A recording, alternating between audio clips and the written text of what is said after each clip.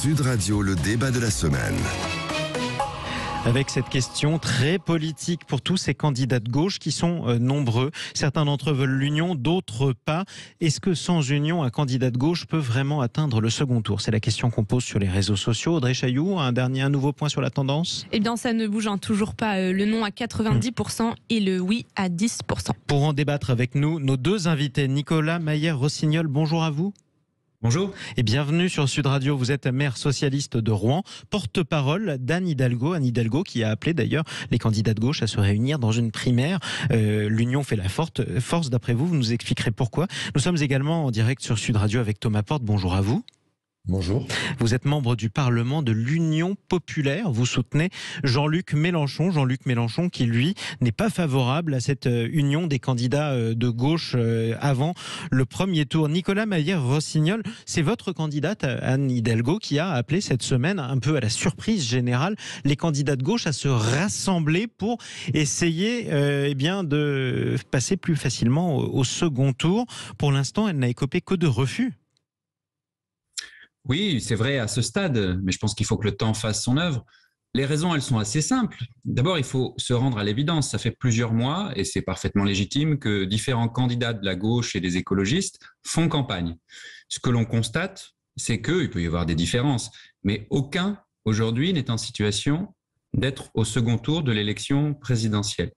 Et donc, la question qui est posée à tous les citoyens qui ont le cœur à gauche, c'est est-ce qu'on veut que nos valeurs, nos convictions, les thématiques que nous portons sur l'éducation, sur évidemment l'écologie, sur le social, sur la culture, soient dans le cœur du débat, ou est-ce qu'on laisse le cœur du débat, comme ça se passe en ce moment, à 50 nuances d'extrême droite? Moi, je ne me résous pas à ça. Moi, je veux pouvoir agir demain. Or, tout seul, on n'y arrivera pas. Donc, à un moment, il faut se dire, écoutez, il ne faut pas barguiner. Parlons-nous, travaillons ensemble pour que la gauche puisse être en capacité de porter une alternance. Thomas Porte, je le disais, membre du Parlement de l'Union populaire, vous soutenez Jean-Luc Mélenchon. C'est votre candidat qui est le mieux placé dans les sondages, mais il est loin, très loin du second tour, puisqu'il est donné entre 9 et 11%, alors que Valérie Pécresse, qui est au second tour, est donnée entre 17 et 20%. Il y arrivera tout seul, vraiment, lui ? Vous savez, déjà, il n'est pas tout seul, Jean-Luc Mélenchon, puisqu'il ne vous a pas échappé que la semaine dernière, en marge de son grand meeting à la Défense, il a lancé ce qu'on a appelé l'Union populaire, où on a accueilli 100 personnes d'horizons divers, dont certaines qui viennent de la société civile, d'autres d'organisations politiques différentes. Donc je crois que c'est aussi ça la réalité, et on ne peut pas s'engager dans une campagne au regard des sondages. On est à 4 mois, à 4 mois du premier tour d'une élection présidentielle, et il y a un danger très fort d'extrême droite et de droite dans ce pays. Et je crois que Jean-Luc Mélenchon et la France Insoumise ont un programme complet avec plus de 600 propositions qui travaillent maintenant depuis des mois. Et c'est pas sérieux de proposer une primaire comme ça sur le bout des lèvres alors qu'on regarde par rapport au sondage. Il faut aussi être concret. Il y a des différences de fond entre les candidates et les candidats de gauche aujourd'hui qui se présentent à l'élection présidentielle, et c'est une réalité. Elles sont assumées. Et s'il y a une volonté de rassemblement, il faut l'écouter, mais je crois qu'elle doit se faire sur un programme politique de clarté. Nous, on a des propositions sur la retraite à 60 ans. Qu'est-ce que passent les autres candidats? Est-ce qu'on va avoir des candidats qui vont se mettre ensemble alors que certains veulent sortir du nucléaire, d'autres veulent continuer? Tout ça n'est pas très sérieux. Et je crois qu'aujourd'hui, Jean-Luc Mélenchon est véritablement celui qui est le mieux placé pour accéder au second tour de l'élection présidentielle. Et je termine sur une chose, parce qu'on nous parle toujours des sondages, mais regardez le score de Jean-Luc Mélenchon dans les sondages en 2017, à quelques mois du premier tour. Il était déjà à ce niveau-là et il a failli accéder au second tour. Oui, c'est le fameux trou de souris dont a déjà parlé d'ailleurs Jean-Luc Mélenchon, qui pourrait peut-être lui permettre d'accéder au second tour. Nicolas Mayer-Rossignol, maire socialiste de Rouen, quel compromis le socialiste que vous êtes serait prêt à faire pour faire une union avec des insoumis? D'abord, je pense qu'il y a un point sur lequel on se rejoint dans ce que vient de dire Thomas Porte, qui est effectivement très important, c'est de travailler sur le fond. Et de ce point de vue-là, bien sûr qu'il peut y avoir des différences. Je veux juste rappeler, moi je suis maire de Rouen, président de l'agglomération rouennaise, qu'à Rouen, comme dans plein d'endroits, nous portons déjà des majorités avec des sensibilités de gauche, y compris France Insoumise, avec lesquelles nous travaillons très bien. Je ne vois pas pourquoi on ne pourrait pas le faire au niveau national. Ensuite, sur les sondages, moi je ne vous parle pas des sondages, je vous parle d'abord de ce que disent les gens.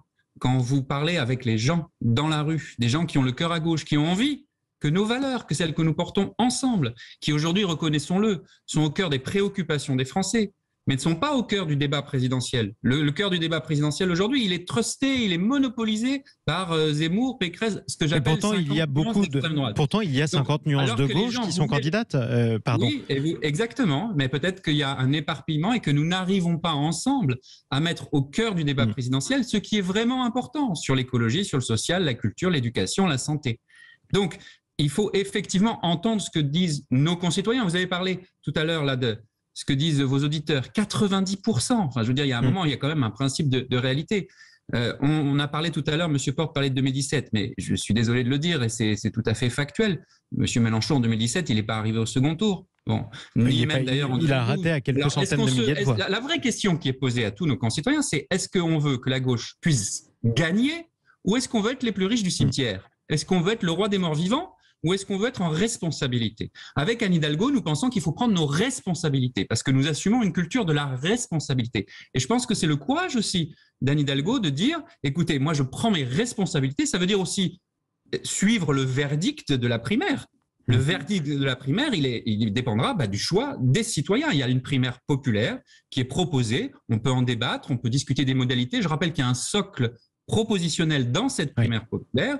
Et puis ensuite, eh bien, celui qui gagnera ou celle qui gagnera, moi je soutiens Anne Hidalgo parce que je pense qu'elle a cette culture de la responsabilité, eh bien ensuite suivra et tout le monde devra être derrière. Thomas Porte, soutien de Jean-Luc Mélenchon. Est-ce que vous estimez toujours faire partie du même camp que Nicolas Maillard-Rossignol qui est socialiste avec nous? Est-ce que vous faites toujours partie de la même gauche ou il y a des différences qui sont complètement insurmontables?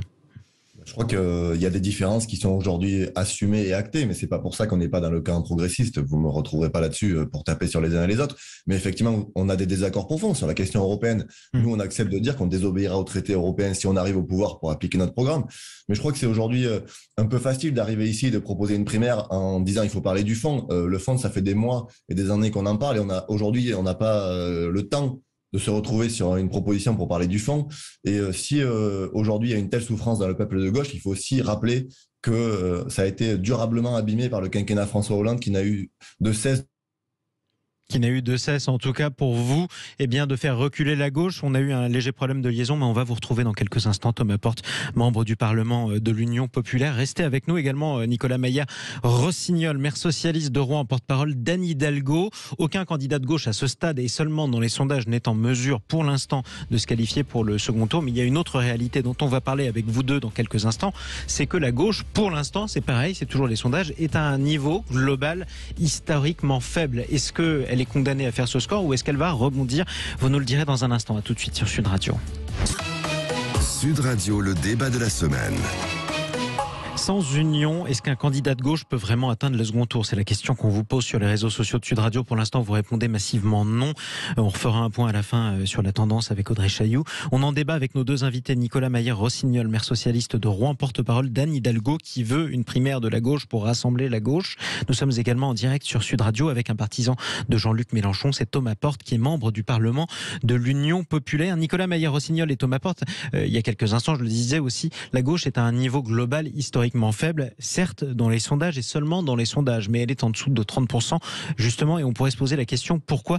Question d'un de nos auditeurs aussi qui nous a laissé un message, c'est Marc qui nous appelait de Paris sur Sud Radio. Il nous demandait, et il vous la pose à tous les deux, quelles sont les premières valeurs de gauche? Tiens, Nicolas Maillard-Rossignol d'abord.